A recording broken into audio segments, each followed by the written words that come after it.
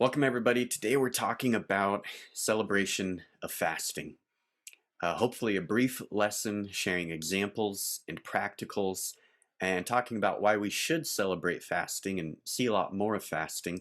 Unfortunately, I was joking with my church this morning, and they're all amazing saints and they do fast. But I was joking how sometimes when we say equipping or training or fasting and prayer, Christians tend to avoid those events.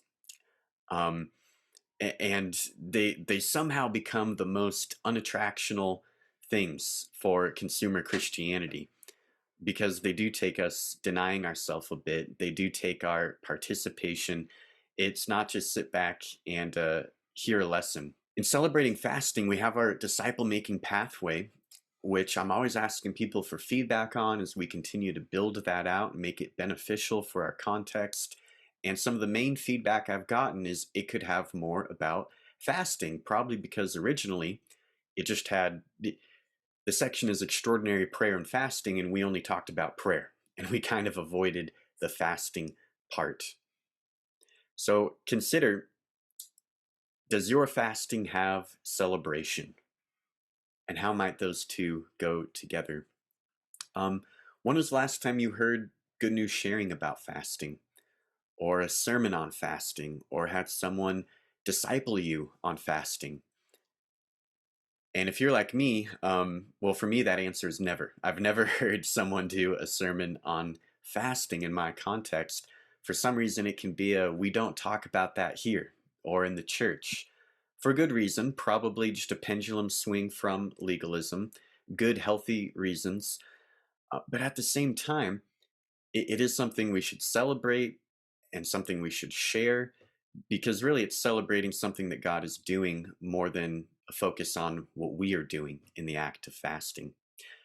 So, a few quotes for us just to paint a different picture.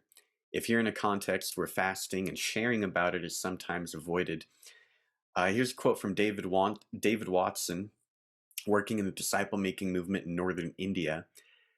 And he's speaking about the sort of the top performers or the people who made the most disciples in that movement. He says these leaders spent an average of 3 hours per day in personal prayer. They spent another 3 hours in prayer with their teams every day. And these leaders were not full time religious leaders. In fact, most of them had regular jobs. They simply started their days at 4 a.m. and by 10 a.m., they were at work. So these top performers, they also spent 1 day per week in fasting and prayer. Not only that, but their whole team would then spend 1 weekend per month in fasting and prayer. So overall, that's probably about 7+ days right there out of the month that go towards fasting. In Shadonka Johnson's movement, Sierra Leone, Africa, he says annually they start off with 21 days of fasting. And usually that's just fasting from 2 meals out of the day for that 21 days. And all of their churches do this throughout the whole movement. Hundreds of thousands of disciples, 21 days of fasting, but doesn't stop there. Then weekly, every Wednesday or Thursday, I believe it is, disciples fast every single week from at least 2 meals. And then at the end of the month, they also fast with their teams every single month. So it's not just the 21 days of fasting at the beginning of the month. So that's a bit of a different picture than the one I'm used to. That's like a corporate culture of fasting. It's just what they do. It's like their normative Christianity. Out of all of those practitioners there, no one puts their foot down on the ground and says, like, hey, this is legalistic, or I'm not going to do it. And they probably don't do that because they're all in great discipling relationships where they tell them, hey, this is about grace and it's not a have to, it's not about following some rule, but here's why we do what we do. For me, at first, I'm surprised by that, but I realize I shouldn't be surprised that they are fasting. And the reality is, they're probably surprised that often we don't fast here and we don't celebrate it and we don't talk about it. The truth is, many of us aren't fasting enough, and some of us aren't fasting at all in my context. While I haven't heard a full church sermon on fasting, I did once hear an evangelist in my movement share that sentiment. Some of us aren't doing this at all. Well, one more quote from Ralph Moore. He's a disciple making movement catalyst that back during the Jesus movement of the 70s multiplied many churches throughout America. So, just to move it closer to our context, he says this: be progressive and challenging. Wait, like challenge another Christian in fasting? He says, yeah, like, what do you mean? Spur them on biblically? Is that biblical? Yeah, he says, but don't overwhelm them. Use positive affirmation and celebration. So that was a huge key for him making it normative in a US context. Quickly, just from the early church, the Didache is a text that says the early Christians fasted twice a week. They were like, yeah, we're not like the Pharisees who fast on Wednesday and Friday. We're the Christians. We fast on Tuesday and Thursday. And that was their normative Christianity. And they talked about it. They said, this is what we do. Justin Martyr, he says that people, they fasted prior to their baptism, as well as the people who baptized that person, as well as the wider community of faith. So that was their normative Christianity, corporate fasting for the fruit of disciple making, for God to meet this person in their commitment of faith. So I wonder if there's something we should restore about that practice. Even today, when I Google fasting, and all major religions recognize fasting. Plato, Socrates, Confucius, they all fasted. They all practiced it. Um, but I Google it today, and it's actually mostly secular things that come up. Personal wellness. Here's how you can fast as a health benefit. Sadly, not a lot of Christian things are at the top of the list. Something that I think kind of broke the silence on it, a classic on spiritual disciplines, Celebration of Discipline by Richard J. Foster, which is where I kind of got the idea for this call of celebration and fasting. Because that seems so counterintuitive. What do you mean, Richard J. Foster? You celebrate discipline? That just sounds weird. But it is such a key to developing a discipline. Highly recommend that book. The need to celebrate our disciplines, especially if we struggle with fasting, because too often we take God for granted.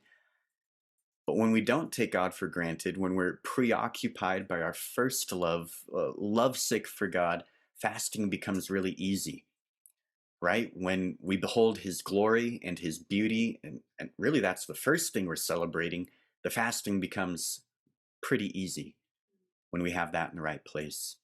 So, how do you celebrate? Well, usually I celebrate when I break the fast, is one great practical. And when I'm doing it with a group of people, hey, let's get together and have the meal. And there's great celebration right there.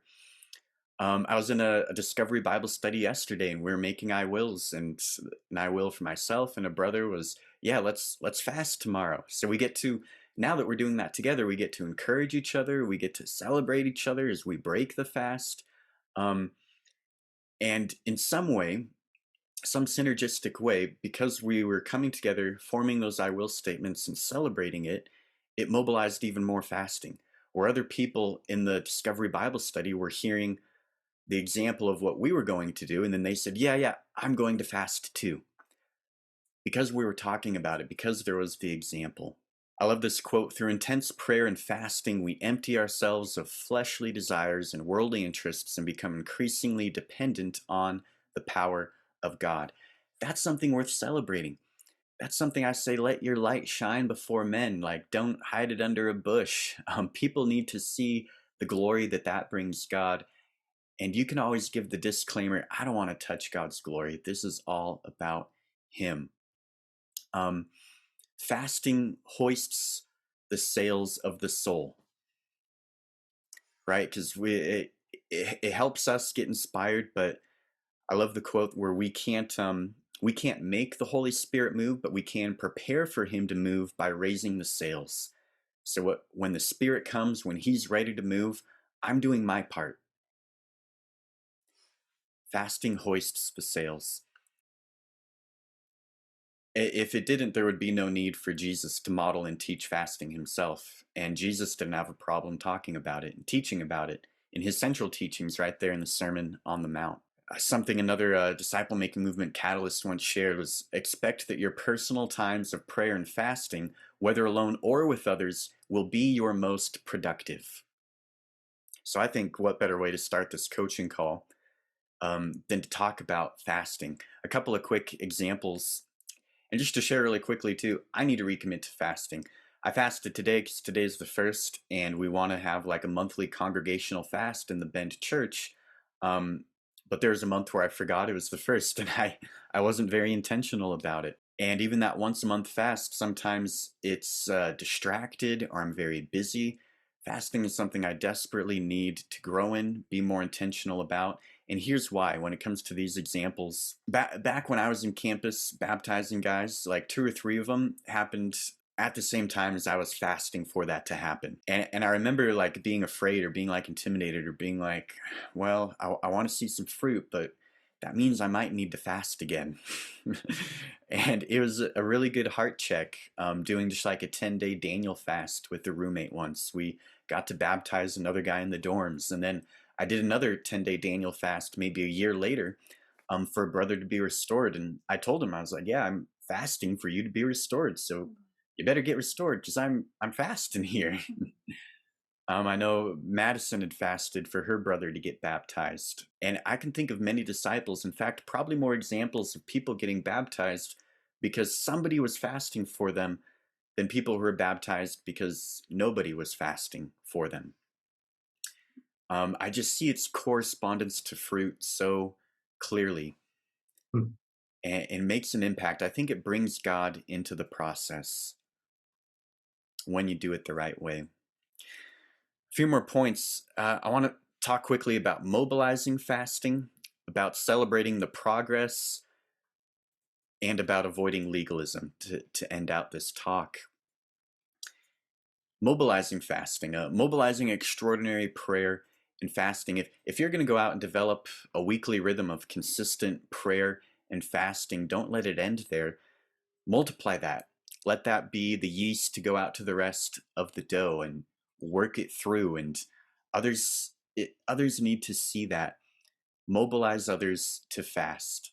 Why? Because I didn't fast until I saw somebody else fast. Growing up in church, all my life, and then coming into the kingdom, and then somebody said, hey, let's do a group fast. And that was my first time fasting. But somebody mobilized me to do that. They said, hey, let's do this. And I had to see their example first, a Hmm. lived example first. Maybe someday I would have gotten convicted from reading my Bible to go out and fast or peering on the internet, but for me, it happened that way. I was spurred on into fasting. Jesus taught prayer by praying. I think we need to teach others fasting by fasting and saying, hey, do you want to do this with me? Most people don't get the idea to fast until they see somebody else do it first. But then we have a problem if it's kind of a don't ask, don't tell spiritual discipline in our context, because they never see that example or they never participate in the group fast. And most of that early church fasting practice and rhythm that we see, those were corporate fasts, they were group things. So they were able to encourage one another and celebrate one another. The only verse I want to mention, Philippians 4:9, Paul says, whatever you have learned and received or heard from me or seen in me, put it into practice, and the God of peace will be with you. Like, who does that guy think he is? Look at what I'm doing, and now you do it too. That is my challenge. That is bold. But too often we hide what we do, and then we don't ask others to do what we're doing, especially when it's hidden. And you don't need to be I would just say you don't need to be weird about it when you're pointing to Jesus. Why take steps of obedience and fasting? Why establish a fasting rhythm? Because it becomes your habit becomes your lifestyle, your shared lifestyles become the culture around you, they become the normative Christianity around you. Extraordinary modeled becomes ordinary, it becomes part of the group DNA, it becomes natural. when you're in the rhythm, when you're in the habit, and when you're in a group of people who are also fasting, you're way more likely to be fasting yourself than if you have to do it by yourself and lonesome. Disciple making movements, they coach others in fasting. That's the word they use. If it isn't intentional at first, it'll never become reproducible, they say. Dennis had just shared how he was telling the guys, hey, come on out and pray with me. I'm going to do this intentional thing. And they're able to see Dennis's example of a prayer warrior right there, an intentional thing that someday can become more reproducible and others can join. But if they never knew he was out there praying, they don't have that example. They don't get spurred on in that way. We've had a couple of prayer walks here, probably 2 or 3 for the whole church, where I'm the only one who shows up. So I've been there too. But if I'm following the heart of Philippians 4:9, I need to not only give the example, I need to call others to follow that example. To say, hey, can you join me next time? Can you join me in a fast? Coaching others in a disciple-making movement, I just want to say coaching is a good thing. Celebrate the discipline and celebrate coaching. Like coaching brings little league teams to championships. Coaching, life coaches, they bring others into better health. Coaching is a positive, good thing, especially when you celebrate progress, right? Saoirse has a sticker chart, my 3-year-old daughter, where she gets a sticker if she wakes up on time and does these good deeds. And she's really eager about getting a sticker because when she fills up her sticker chart, then she gets her mermaid dress. And she got that mermaid dress. She was super overjoyed.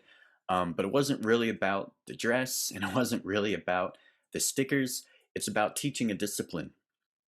And it's about celebrating the progress every time she sees a sticker go up there on the board. It's about small wins and not big wows, which is what we always want to have in our coaching. Even if it's, yeah, I went out for a prayer walk, I fasted from one meal. You got to start small to end big. These celebration checkpoints, they give people the energy to keep going. And then you can get that mermaid dress. they inspire when we celebrate the progress and not just the result. You know, God said, here's a day of creation, it is good. Here's another day of creation, it is good. He didn't just wait until the end. Constant celebration. We need reminders, symbols, stories, exhortations, times out for reflection. That's all over the Bible. These things are indispensable supports. The error, now to speak about legalism, the error is when the supports become the Christian life. The error is when these things become the target rather than the measure. When we become the ones celebrated. You know, that's where that's the corruption of the discipleship in coaching one another and celebrating the progress in fasting. So think lead measures, not lag measures. Focus on the gains that you have made, not on the gap that you've yet to overcome. Avoiding legalism and the rules and regulations, I would just say biblical discipleship by definition is not legalistic because it is gospel-centered. It's by the grace of God, by the power of the Holy Spirit. Discipleship is always about helping others to have an encounter with Jesus. So not, my name is Joey and I'm asking you to fast, but let me help you see Jesus and how can you respond to him? What do you think Jesus would do? Same with fasting. There's no room for a I'm holier than thou striving in fasting or our discipleship, but we need to create more room for be holy as he is holy. That's what's going to motivate our true and proper worship. Holiness of love and grace. You know, a Romans 12 offering our bodies or lack of providing food to our bodies as a living sacrifice to him because of who he is. And I would say, especially on a coaching call or learning community like this, we need to celebrate failure a lot too. And, you know, I tried to fast yesterday and then I had a candy bar. You know, we need to be the publican on the steps saying, woe is me, rather than the Pharisees saying, I've got all this figured out. So champion the attempt, celebrate the failure. Who tried this week? I want to hear about the trying, because failure is better than not trying at all. So celebrate the try. that needs to become normal. And so, otherwise, it'll always remain daunting and taboo. And fasting will be very difficult to become a part of our church culture.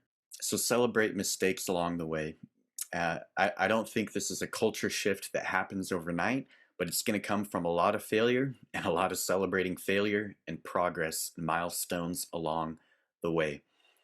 I think we need to fail a lot faster and fail a lot smarter by sharing it with one another on calls like this. Because then you can make failures into a learning experience.